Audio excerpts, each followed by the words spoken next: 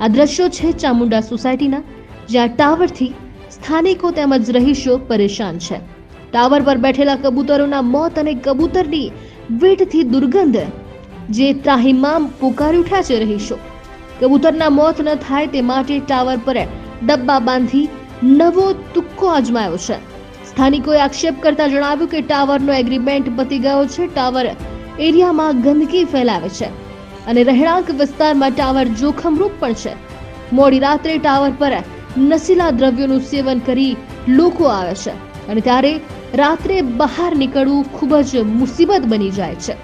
Tower બાબતે અનેકવાર રજૂઆત કરી પણ હજુ પણ રૂપિયાની લાલચમાં તંત્ર નક્કર કાર્યવાહી કરતું નથી તેવું સ્થાનિકોનું ખાસ કહેવું છે. ખાનગી માલિકના પ્લોટમાં ઉભેલો ટાવર સોસાયટીમાં માથાના દુખાવા સમાન સાબિત થયો છે અને ત્યારે તાત્કાલિક આ ટાવરનો એગ્રીમેન્ટ રદ કરી સોસાયટીના રહીશોને ભયમુક્ત બનાવે તેવી ખાસ તેમની માંગ છે.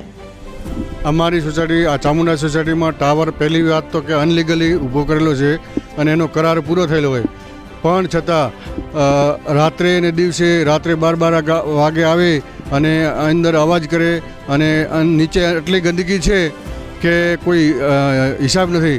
તો આ આરોગ્યવાળા ને ધ્યાનમાં લે અને આ ટાવરને મુદત પૂરી થયેલી વારંવાર રજૂઆત કરી પણ કોઈ સાંભળતા નથી અને જલ્દીથી જલ્દી આ ટાવરનો નિકાલ થાય એ માટે અમે પૂરી સોસાયટી અમે આગ્રહ કરી અને આપણે વિનંતી કરીએ કે જલ્દી એનો નિર્ણય લે.